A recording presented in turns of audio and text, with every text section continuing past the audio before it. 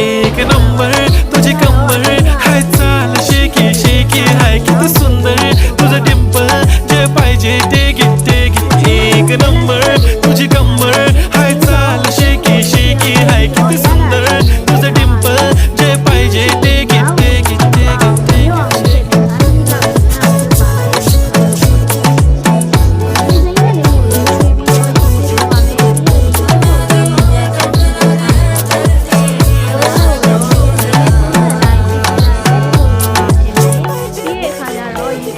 Okay, 1, 2, 3, start. The already start. Killing by eyes. TOG gangster. I love to the passion, to viral sensation, representing nation. Panna kare hazar. Kiti saadi simple tari this stylish. Tuja samor freaky baby Billy Eilish. Tuja diamond tuja saati kai but tuja na kare hype and I like it. Tuja nose pin, earring, eyelashes bling bling. Highlight of the shiny lipstick, pink pink. I'm a girl. ဇိုးနဲ့အတုံးကြီးတွေဖြစ်မနေအောင်လို့လိုက်ဖြတ်လိုက်ပါတယ်အမှန်တော့လေဓာတ်လေးနဲ့လှီးလို့ရှိရင်တော့ပိုလှတာပေါ့နော်အတေးကကြတော့ငါ့ဦးတွေလှီးရဲ့အခါလက်မပိတ်ခြင်းလို့ပေါ့အဲ့လိုလုံးဒီလေးလုံးလိုက်တာပေါ့နော်ခဏမှွေပေးပါမယ်ပြီးရင်နှွေးအောင်လို့မြုပ်ပြီးစိမ့်တောက်လေးတွေထည့်ပါမယ်အဆက်မစားနဲ့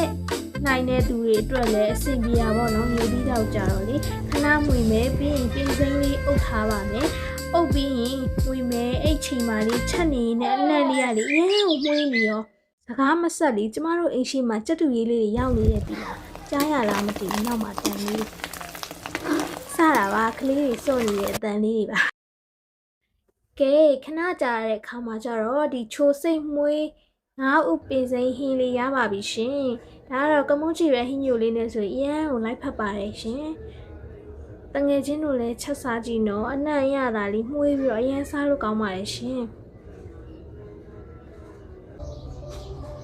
အတေးရဲ့အမေကတော့ဘူးသီးနုနုလေးဝဲလာတော့လေဘူးသီးကြော်ချက်လေးချက်ပေးလိုက်ပါတယ်ရှင်ပုံကတော့မပါတော့ပါဘူးရှင်တက်တာအဆုံးထိကြည့်ပေးတဲ့အတွက်အားလုံးကျေးဇူးတင်ပါတယ်